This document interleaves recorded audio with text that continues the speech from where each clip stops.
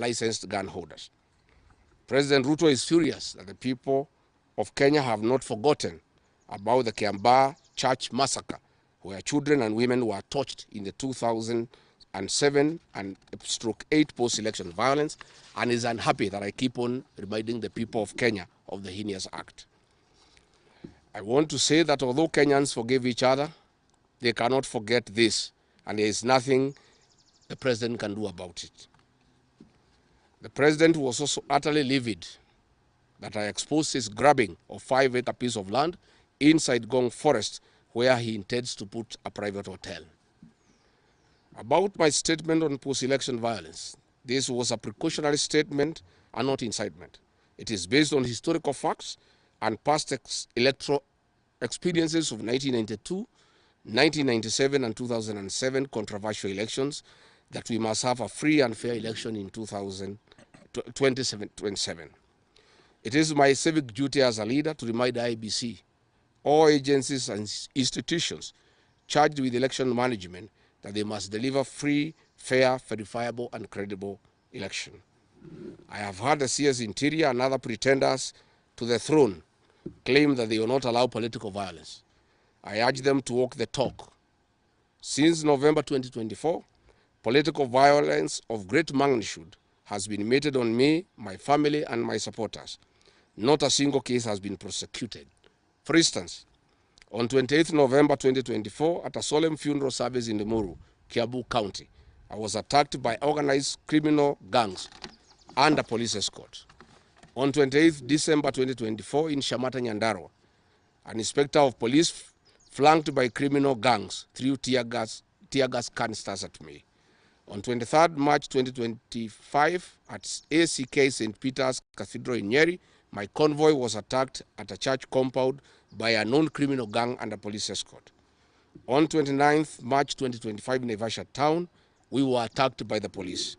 On 6th April 2025, at a church service in Mwiki, PCA, hooded goons attacked us inside the church. We dismiss with contempt the loose talk by CS Interior that during the DCP party unveiling, where goons dared to cause chaos, were fighting for handouts from us. These were state-sponsored, but fortunately, they were overpowered by security personnel and supporters. The CS has given instructions that instead of arresting the said goons, they disarm my security personnel to give goons free access to me and my supporters in future occasions. Let it be known that our party, DCP, has organic support, and we do not pay supporters to attend our meetings the way the government is doing to people to attend their meetings. Finally, let me assure the planners of this violence that you will not stop the cause of the people of Kenya. The one-term movement and the DCP party popularity will not be stopped and will not be slowed down. The cause to liberate Kenya is not about Rigathi Gachagua. All the leaders with me. Wasting time and resources to stop me is a zero-sum game. The people of the Republic of Kenya have said that lies must stop, roads must be built, corruption must stop, abductions and extrajudicial killings must stop, education and health systems must work. They are some of the things that are making the people of Kenya restless. We are putting our supporters on high alert that they have the right to express their frustrations if injustice is meted on us. My supporters and I will not be cowed or intimidated by the use of the criminal justice system to manage politics. The drama of waylaying us on roads should be stopped.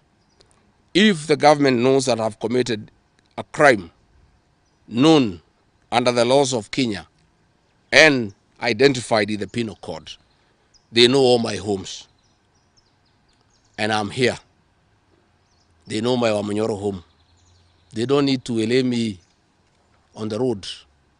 Let them just come here, and if we have committed a crime, they can come and arrest me and take whatever action that they want to take.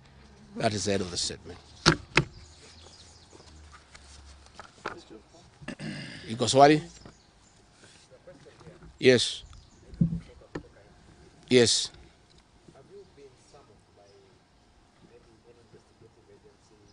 There are concerns that maybe you've snapped some. I have not been summoned by anybody.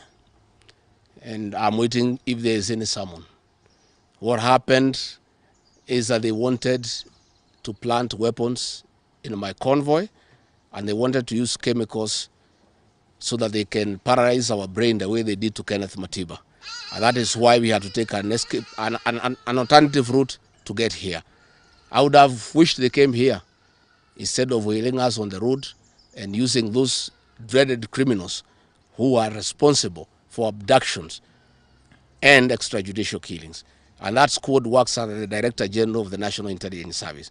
It's 101 officers who are recruited from the administration police, and they have been given special training by the National Intelligence Service, and they are responsible for the abductions and extrajudicial killings. And that is the squad that had been planned yesterday and mobilized so that they can incapacitate me and my people. Yes.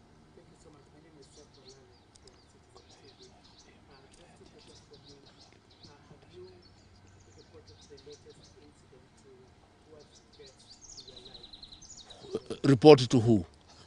These are the same people who want to kill me. How do you report to the people who are planning to poison your mind so that the brain can be paralyzed and then you become a vegetable? I cannot report. And I wrote to the Inspector General of Police and the Director of Criminal Investigations. Instead of answering the issues I had raised, told me to report to the next police station. Yet all these things have happened under the cover of the police.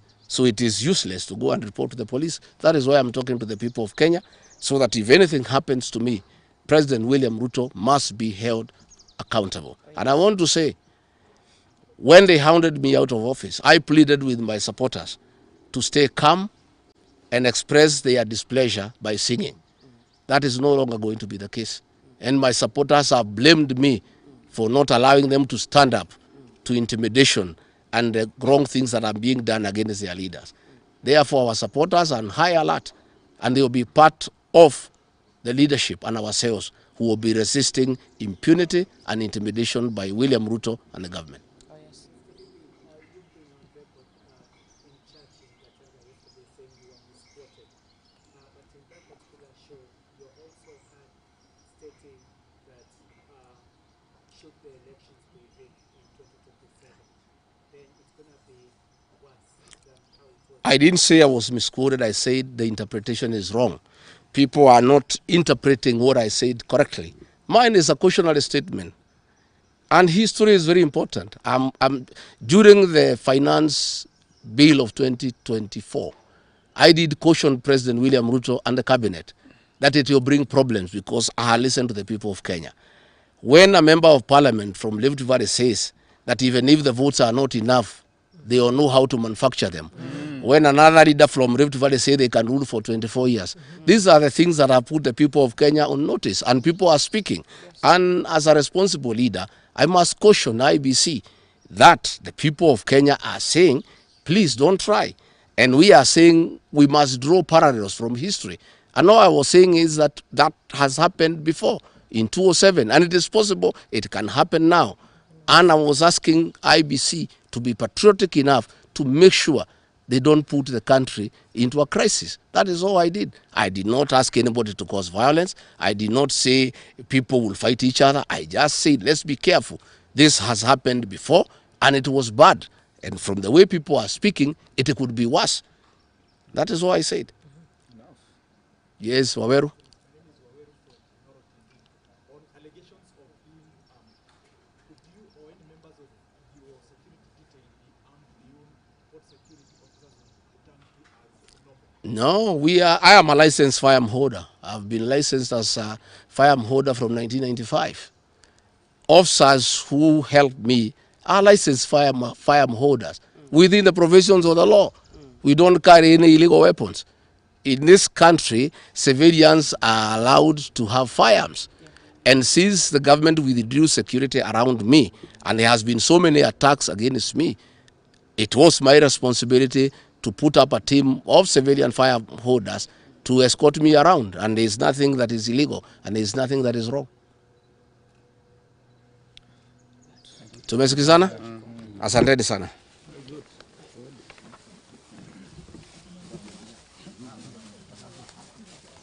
Karungo.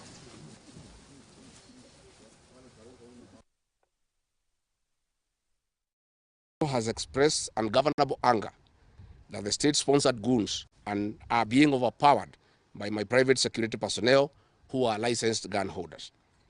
President Ruto is furious that the people of Kenya have not forgotten about the Kiambaa church massacre, where children and women were tortured in the 2007 and /8 post-election violence, and is unhappy that I keep on reminding the people of Kenya of the heinous act.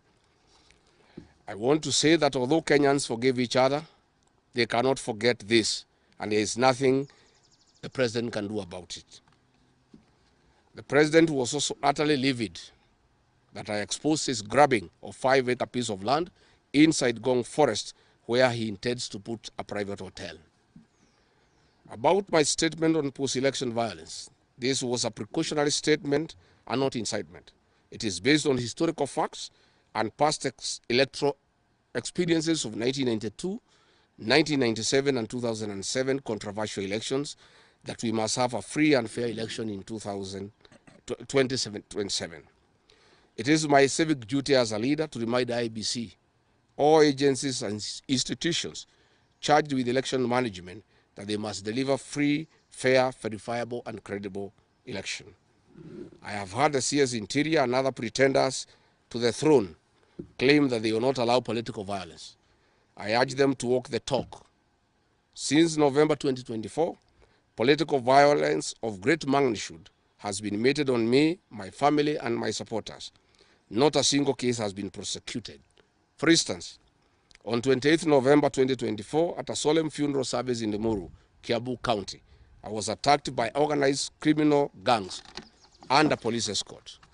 On 28th December 2024, in Shamata, Nyandarua, an inspector of police flanked by criminal gangs threw tear gas canisters at me. On 23rd March 2025, at EACC St. Peter's Cathedral in Nyeri, my convoy was attacked at a church compound by a known criminal gang under police escort. On 29th March 2025 in Naivasha town, we were attacked by the police. On 6th April 2025, at a church service in Mwik, PCA, hooded goons attacked us inside the church. We dismiss with contempt the loose talk by CS Interior that during the DCP party unveiling, where goons dared to cause chaos were fighting for handouts from us. These were state-sponsored, but fortunately, they were overpowered by security personnel and supporters. The CS has given instructions that instead of arresting the said goons, they disarm my security personnel to give goons free access to me and my supporters in future occasions. Let it be known that our party, DCP, has organic support, and we do not pay supporters to attend our meetings the way the government is doing to people to attend their meetings. Finally, let me assure the planners of this violence that you will not stop the cause of the people of Kenya. The one-term movement and the DCP party popularity will not be stopped and will not be slowed down. The cause to liberate Kenya is not about Rigathi Gachagua. All the leaders with me. Wasting time and resources to stop me is a zero-sum game. The people of the Republic of Kenya have said that lies must stop, roads must be built, corruption must stop, abductions and extrajudicial killings must stop, education and health systems must work. They are some of the things that are making the people of Kenya restless. We are putting our supporters on high alert that they have the right to express their frustrations if injustice is meted on us. My supporters and I will not be cowed or intimidated by the use of the criminal justice system to manage politics. The drama of waylaying us on roads should be stopped. If the government knows that I've committed a crime known under the laws of Kenya and identified in the penal code, they know all my homes. And I'm here. They know my Wamanyoro home. They don't need to waylay me on the road. Let them just come here, and if we have committed a crime, they can come and arrest me and take whatever action that they want to take. That is the end of the statement. From Gatanga constituency. This squad was armed to the teeth and hooded and with masks to conceal their identity because of the heinous acts they wanted to commit on us. This is despite that there are existing guidelines from the High Court that officers should be in uniform and not conceal their identity.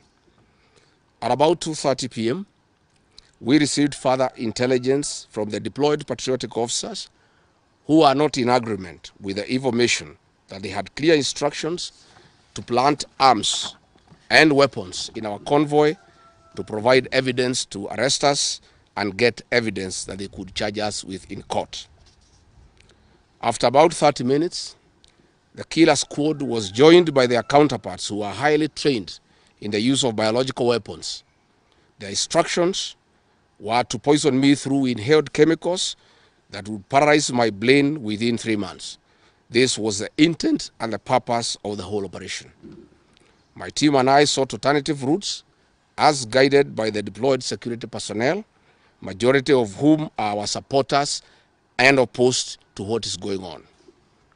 We have credible information that President Ruto has directed that my private security personnel be disarmed and be targeted for withdrawal of their licenses so that they can leave me vulnerable to allow room for goons to attack and possibly eliminate me. President William Ruto has expressed ungovernable anger that the state-sponsored goons are being overpowered by my private security personnel who are licensed gun holders. President Ruto is furious that the people of Kenya have not forgotten about the Kiambaa church massacre, where children and women were tortured in the 2007 and /8 post-election violence, and is unhappy that I keep on reminding the people of Kenya of the heinous act. I want to say that although Kenyans forgive each other, they cannot forget this, and there is nothing the president can do about it. The president was also utterly livid that I exposed his grabbing of 5-acre piece of land inside Gong Forest, where he intends to put a private hotel. About my statement on post-election violence, this was a precautionary statement and not incitement. It is based on historical facts and past electoral experiences of 1992, 1997 and 2007 controversial elections, that we must have a free and fair election in 2027.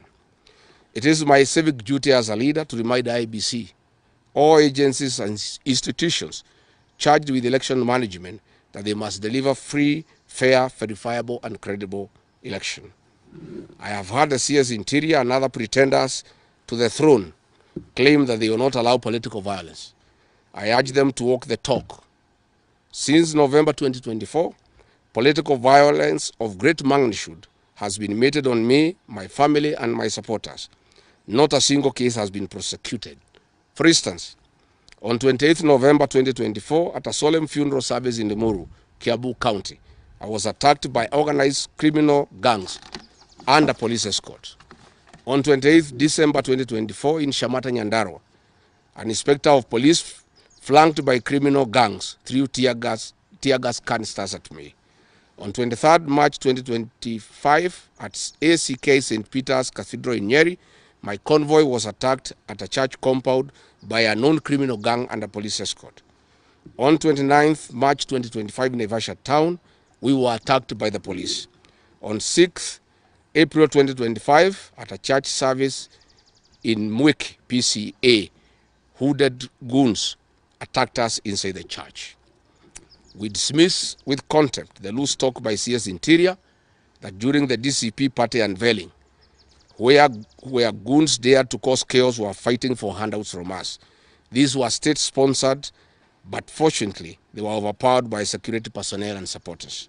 The CS has given instructions that instead of arresting the said goons, they disarm my security personnel to give goons free access to me and my supporters in future occasions. Let it be known that our party, DCP, has organic support, and we do not pay supporters to attend our meetings the way the government is doing to people to attend their meetings. Finally, let me assure the planners of this violence that you will not stop the cause of the people of Kenya. The one-term movement and the DCP party popularity will not be stopped and will not be slowed down. The cause to liberate Kenya is not about Rigathi Gachagua. All the leaders with me. Wasting time and resources to stop me is a zero-sum game. The people of the Republic of Kenya have said that lies must stop. Roads must be built. Corruption must stop.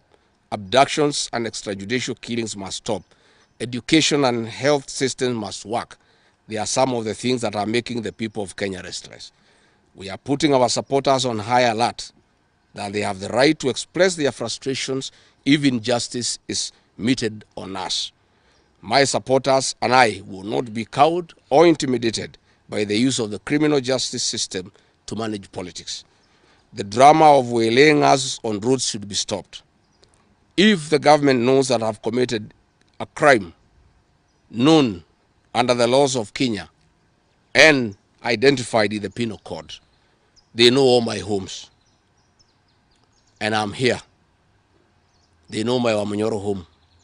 They don't need to waylay me on the road. Let them just come here, and if we have committed a crime, they can come and arrest me and take whatever action that they want to take. That is the end of the statement. Iko swali? Yes. Yes. Have you been summoned by maybe any investigative agency?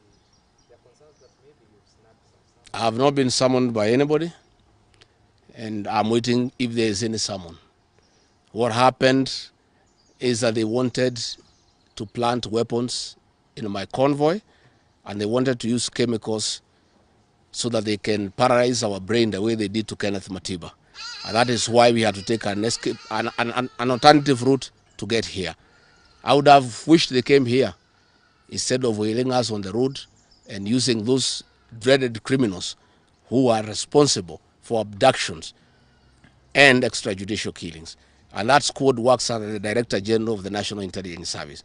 It's 101 officers who are recruited from the administration police, and they have been given special training by the National Intelligence Service, and they are responsible for the abductions and extrajudicial killings. And that is the squad that had been planned yesterday and mobilized so that they can incapacitate me and my people. Yes. Thank you so much. My name is Seth Malari from Citizen TV. Just two questions from me. Have you reported the latest incident towards threats to your life? Report to who?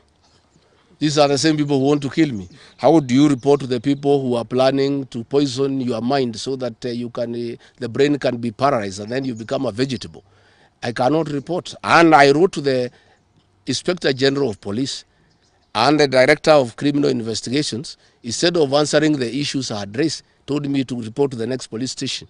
Yet all these things have happened under the cover of the police. So it is useless to go and report to the police. That is why I'm talking to the people of Kenya, so that if anything happens to me, President William Ruto must be held accountable. And I want to say, when they hounded me out of office, I pleaded with my supporters to stay calm and express their displeasure by singing.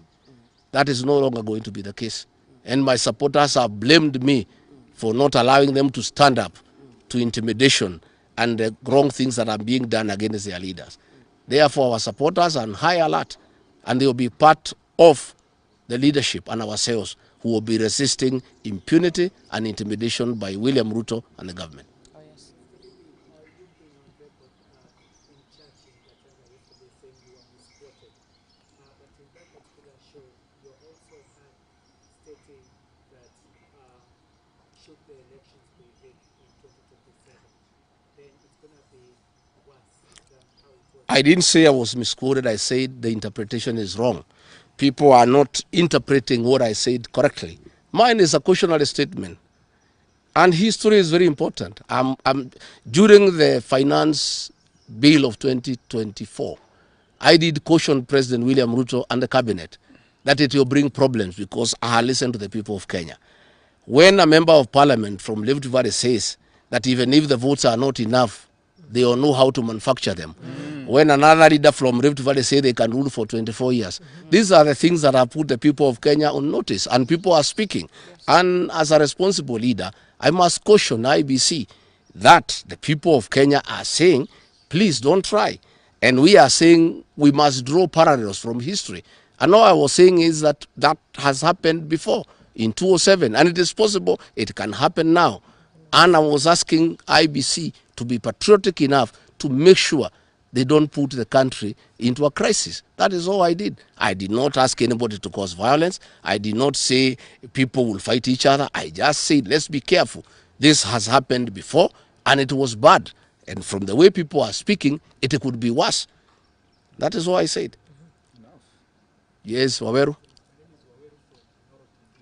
On allegations of being could you or any members of your security detail be armed beyond what security officers would return to as normal? No, I am a licensed firearm holder. I've been licensed as a firearm holder from 1995.